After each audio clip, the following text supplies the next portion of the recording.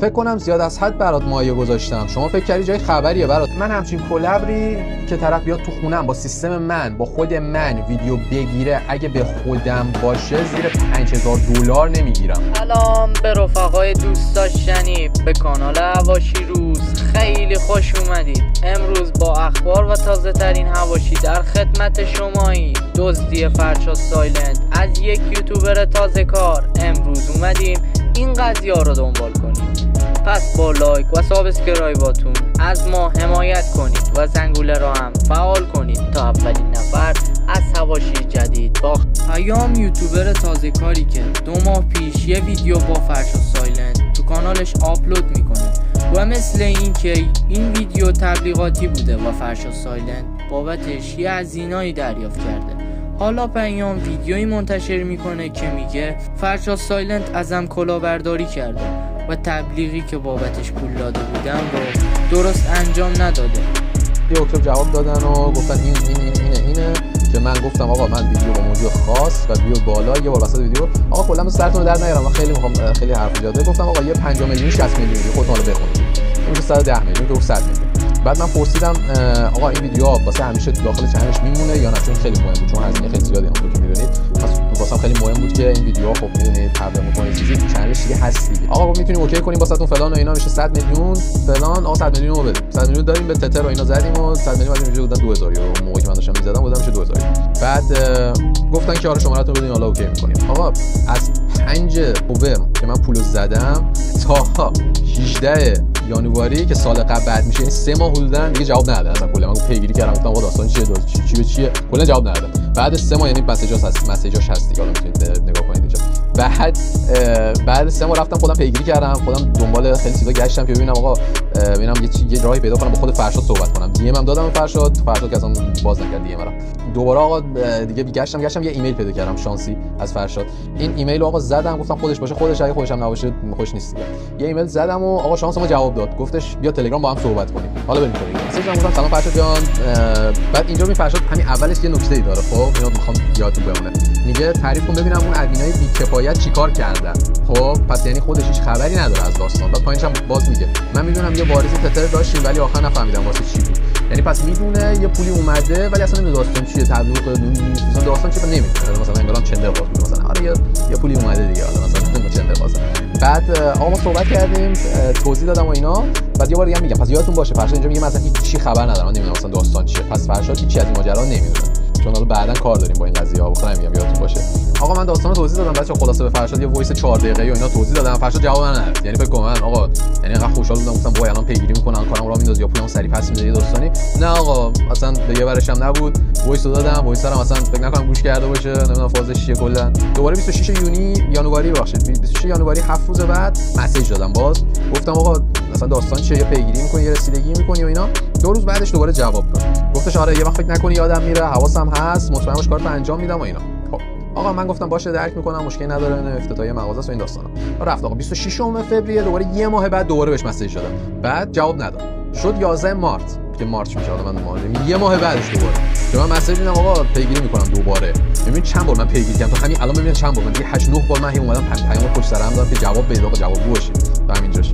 بعد سلام وقت بخیر برادر فلان و اینا. گفت به جای آقا تبلیغه گفت بیا یه ویدیو با هم بگیریم بخاطر این دیلی که حالا شده و این داستانا، که من واقعا دمش گرم، واقعا نظر من خیلی پیشنهاد خوبی بود و اصلا نظر من خیلی اوکی بود که من گفتم اوکی یه ویدیو با هم بگیریم دیگه. بعد من بهش گفتم آره واسه این ویدیو هم میتونم حتی دبی هم بیام، میتونم اونجا بیام ویدیو رو با هم بگیریم. حالا شاید واسهتون اصلا سوال پیش بیاد که آقا این چتر رو داری به من نشون میدی، اصلا این خود فرشاد هست، اصلا تو داری شاید دروغ میگی.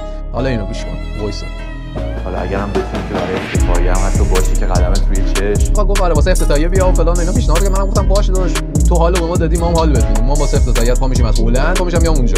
ما رسیدیم خودم مسیج دادم، بعد گفتم آره من اومدم رسیدم اینا. گفت به خوش اومدی ایول. بعد گفتم خب بذار ببینم حالا برنامه چیه چیکار کنیم. آقا ساعت 10 بود مسیج دادم جواب نداد، ساعت 4 بود دوباره مسیج دادم جواب نداد، دوباره فرداش شد دیگه جواب نمیداد، کلا دیگه فرداش شد. فرداش دیگه افتتاحیه مغازه بود بچه‌ها. انجینا رفتیم کلا افتتاحیه مغازه بودیم و دیگه حالا خودتون میدونید داستان اون چه خبره. داشت میرفت خونه دیگه، من گفت فردا بیا ساعت 2-3 بیا ویدیو رو بگیریم. گفتم اوکی. من رفتم اونجا بچه‌ها، بعد بهش مسیج دادم گفتم آقا من اومدم ویدیو بگیریم. گفتش من که بهت گفتم قبل از اینکه بیای مسیج بده. بعد من امروز نیستم، احتمال زیاد فکر کنم باید فردا بگیریم. شاکرم آقا. خودت گفتی فرض تو آخر گفتی خودم مسیج میدم بهت دیگه وقتی اگه بی کی بیای و اینا داشت میرفتی. حالا نمیدونم چه فرقی داشت، پس من مسیج میدادم نمیدادم، تو نبودی کلا اون روز دیگه. حالا فرداشم روز آخرم بود که من اونجا بودم، یعنی فکر کنم خلصان نمیدونم. حالا اینجا من خیلی چیز شده بودم، خیلی ترسیده بودم، گفتم دیگه ویدیو رو اصلا نمیرسیم اینجوری که داره پیش میره. بعد قبل از بچه‌ها ویدیو رو بگیریم، ببینید من یه قول و قراری باش گذاشته بودم که قول و قرار رو بهتون می‌خوام بگم. ویدیو رو بگیریم قرار بود چنل خودش باشه و اینو من بهش گفتم من چنل خودت باید بذاری، چون چنل من که داشت من 800 تا سابسکرایبر دارم جایی نمیرسن عزیزم، چقدر این قرار ویو بخوره. من چنل خودت قرار بود بذاری و اینا، مش نه چنل خودت بذاریم خیلی بهتره. بعد من ولی تبلیغشو میکنم از اون طرف. گفتم خب چه تبلیغایی مثلا گفت تو کامیونیتی میذارم و توی یوتیوب توی ویدیو بعدی میام توی ویدیو میگم بچه‌ها یه ویدیو پیام گرفتم برید ببینید خیلی باحاله و این داستانا. و کلا این قرار بود دائمی باشه و همین بود از اولم قرار بود که آقا این تبلیغی میذاری دائمیه، یعنی این چیز مثل استوری اینستا نیست 24 ساعته. و یعنی دیوونه نیستم که انقدر پول بدم از اینا کنم مثلا باشم بیام دبی و ویدیو با هم دختر ویدیو رو بگیریم و این داستان. ارشاد گفتش اوکی مشکلی نداره.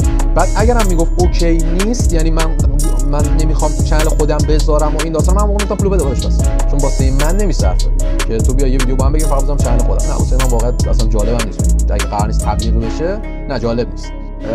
و اون موقعش من پول پس بده. این فرشاد ولی موافقت کرد، گفت اوکی و من کاراشو میکنم. بعد ویدیو رو گرفتیم آقا، من اومدم هلند، ویدیو ادیت شد، مسیج دادم گفتم فرشاد من ادیت این ویدیو رو تموم کردم، آقا اگه میتونی الان این کاراشو بکن. دمش گرم کامیونیتی پست رو گذاشت، دمش گرم. من گفتش آره تو ویدیوی امروز رکورد میکنم میگم که آقا مثلا برید تبلیغ کنید که بچا این خیلی مهمه.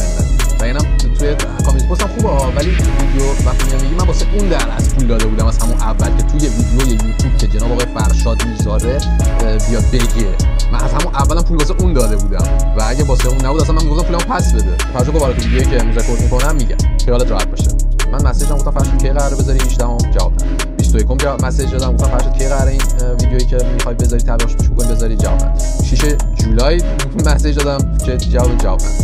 16 جولای دادم مسیج جواب نداد. بهش گفتم داداش یه لطفی بکن پس واسه این کارهایی که نکردی ولی من پولشو دادم و این همه داستان خواهشان اسم اون چندقاس پولی که بهم میگفتی بهت دادم و بزن به حسابم دوباره. دمتم گرم. بعد از شما کلا 2000 USD دادی، تازه اونم به یه ادمینی که 2 ماه پیش پیج من دستش بود 400 USD هم خودش برداشته، یعنی 1600 USD به من داده. بعد اومدی تو خونه من با بک‌گراند من با خود من ویدیو گذاشتی، حسابات به حد نصاب رسیده، 55 کی ویو خورده، مانیتایز شدی، بعد تازه طلبکارم هستی. حالا بچه‌ها داستان کجا جالب میشه؟ داستان اینجا جالب میشه که فرشاد اومده بود یه چند وقت پیش یه تبلیغاتی رو انجام داده بود که تو اون تبلیغات گفته بود برید این پیجایی که من بهتون میگم فالو کنید توی چنل خودش. به همین راحتی بچه‌ها وارد پیج من میشید، میرید تو قسمت فالوینگا و همینطوری یکی یکی هر کیو من فالو کردم شما هم تو آخر فالو میکنید. 60 نفرم بیشتر نیستن، یه دقیقه هم بیشتر وقتتون رو نمیگیره. ببینید یه ذره بزنم عقب، یه زومی بکنم. این گوشه تصویر نگاه کن. این آرم کدوم پیجه؟ این آرم همون پیجی که من بهش مسیج دادم، به قول خودش ادمینشه، دست خودشه، اصلا اولم دست خودش بوده، یعنی همه ماجرا خبردار بوده و میدونسته داستان چیه و اصلا اینکه 400 تا به ادمینم دادم و نمیدونم فلان و اینا اصلا همش دروغه. دروغ دومش تو این مسیج اینکه اونجا وقتی من بودم این فرشاد برگشت من گفت من 40-50% رو ادمینم برداشته، الان دوباره برگشت گفته 400 USD. نمیدونم چیزی مسئله هست که میشد یه آدم دروغگو خیلی فراموشکاره، یادش میاد چی گفته چی نگفته. تا اینجا خیلی جالبه. فرشاد به من گفت آقا من 40-50% رو اون برداشت، من اصلا پولی دستم نیست، اینو دارم میکنم که مثلا به تو کمک کنم. اونجا به من گفت این قضیه رو، یعنی خب بازم دروغ دومه. من این همه بهت احترام گذاشتم، هر جا رفتیم بودی کنارمون، قبول کردم پست کامیونیتی هم بذارم، ولی بعد یه تایمی گذشت دیگه لایک و ویو نخورد پسته برش داشتم چون می‌خواستم پیجمو تمیز کنم. یه نکته دیگه هم که داره قشنگ میگه آقا آره پستر گذاشتم دیدم ویو نمیخوره پاک کردم دیگه، آره بدون هیچ صحبتی با من. ببین اینجاش خیلی مهمه، یکی بیاد مثلا بگه ببین پیام آقا من دارم نگاه میکنم این پست دیگه ویو زیاد نمیخوره اینا، به نظرم پاکش کنیم بهتره دیگه، اثری نداره، منم میخوام پیجمو تمیز کنم و اینا، اوکی من اینو پاک کنم، من باشه مشکلی نداره. ولی اینکه هم تبلیغ رو نمیدی بکنی تو یوتیوبت، هم پستر رو بدون هماهنگی من پاک میکنی و اینا، دیگه داری چیکار میکنی اینجا دیگه؟ من واقعا نمیدونم داداش. فکر کنم زیاد از حد برات مایه گذاشتم، شما فکر کردی جای خبریه برادر. فکر کنم تو ذهن فرشاد بچا این زیاد از حد مایه گذاشتن اینه، یعنی زیادی بهم حال داده، 8 ماه عمرتمون رو جواب مسیجمون رو نداد. من همچین کلابری که طرف بیاد تو خونم با سیستم من با خود من ویدیو بگیره، اگه به خودم باشه زیر $5000 نمیگیرم.